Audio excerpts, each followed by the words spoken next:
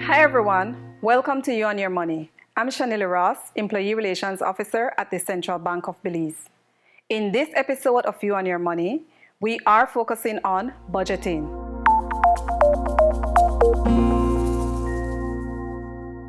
As you may know, in simple terms, a budget is a financial plan for a defined period, often 1 year.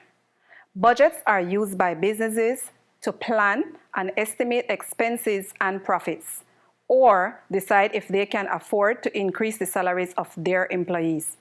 Governments use budgets to prioritize projects for the country and identify revenue methods to pay for these.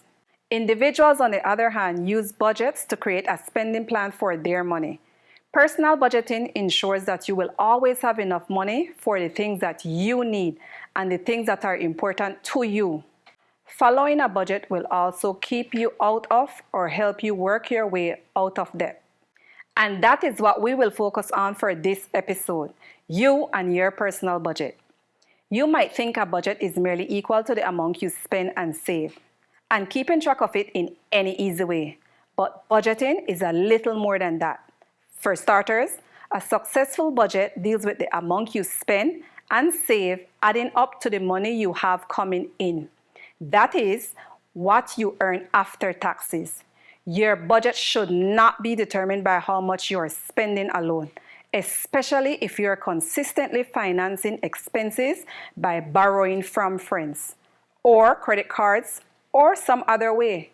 If you do not rework your personal budget to make it balance out, you will run into trouble sooner or later.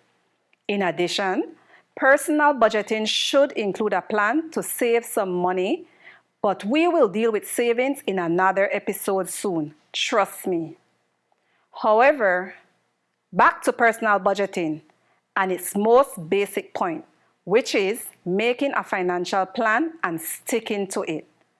That financial plan or personal budget is a plan that divides your projected or future personal income earnings towards expenses, savings, and debt repayment.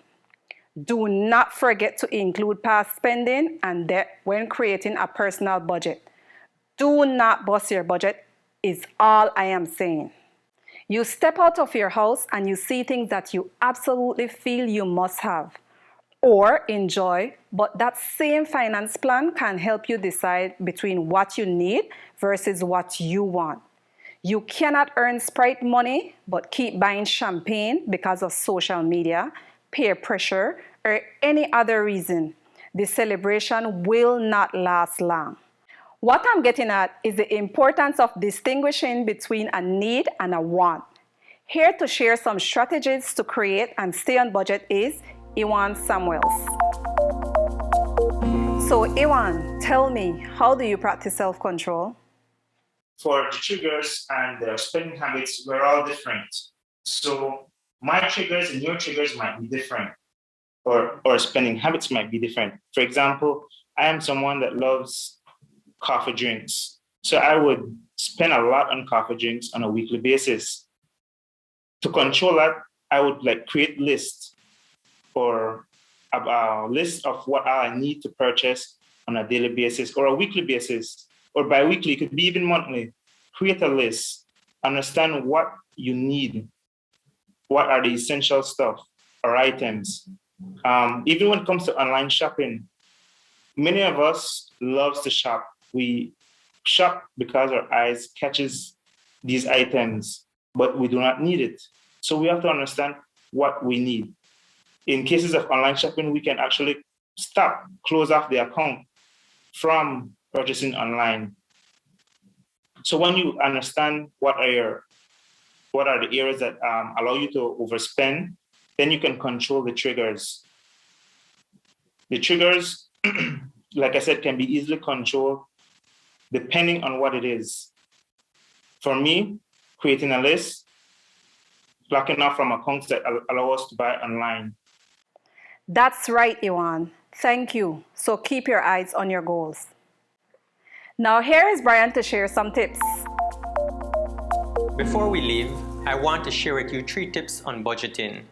The first, to stay on budget, actively keep track of your finances and use that information to plan your future spending. Whether your goal is to save 6 months of expenses or have more money for next year's holiday, understand why saving matters to you. The second tip, continuously evaluate needs versus wants. Look, there's a big difference between a need versus a want, and the pandemic has given all of us the opportunity to really understand what our fundamental costs of living are. Take time to make a list of all the things you can do without, if necessary, that you spend money on. These might include cable, other subscriptions, jewelry, makeup, and personal services.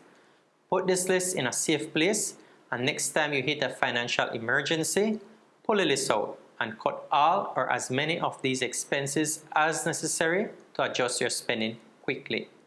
And the third tip, master meal prep and homemade meals.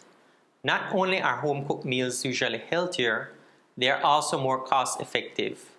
Eating out consistently and spending $5 to $25 for a meal may not seem like a lot at the time, but overall it adds up. If you're buying that food 5 times a week for a month, you're looking at $100 to $375 of your monthly budget. Now, if you take that same $375 per month and save or invest it, in 5 years, you'll have more than $20,000 saved. And no eating out will make you feel that good. Thanks for joining us. I am Chanelle Ross. This has been another episode in the series You and Your Money. You and Your Money web series is powered by the Central Bank of Belize.